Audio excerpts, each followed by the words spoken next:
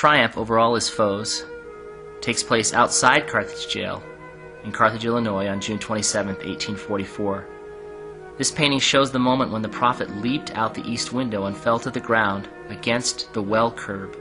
Earlier in 1838, while being held unjustly in Liberty Jail, the prophet had been told by the Lord, quote, "My son, peace be unto thy soul.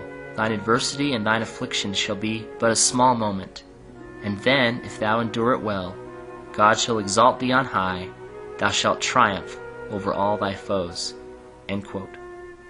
In this image, I tried to portray the tragedy and the triumph of this moment. The tragedy is obvious, an innocent man gunned down while under the protection of the state. The triumph is a little less obvious. In his death, Joseph had finished his work.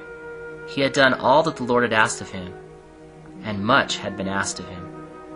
He had had so many chances to fail, to give up, to leave the work for someone else, to become bitter and resent the persecution and trial that plagued him from his youth, but he never did.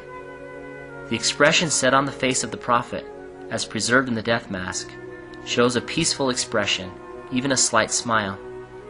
The prophet Joseph Smith died at peace with God, even in the midst of such violence.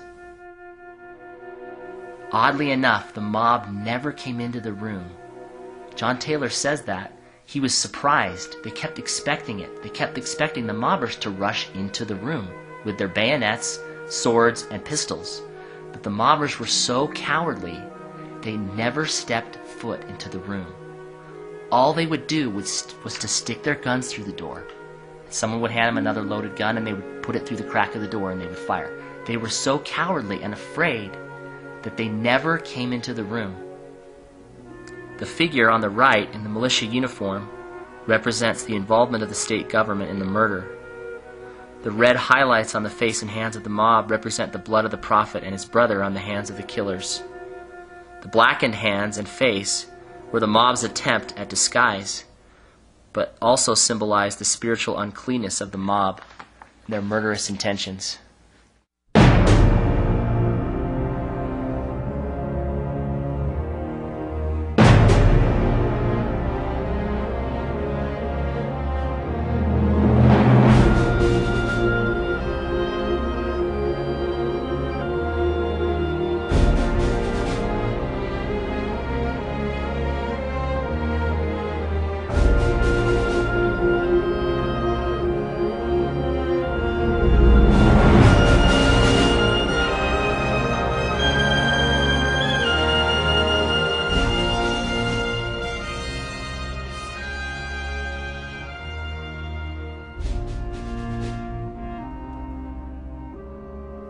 Cowards and charlatans, when put under the pressure and threats of death and seeing your family killed and harassed and things like that, they give in, they crack. They say, "I made it up, it wasn't real, just let me live, leave me alone, let me go." Joseph had multiple opportunities, if he had wanted to escape.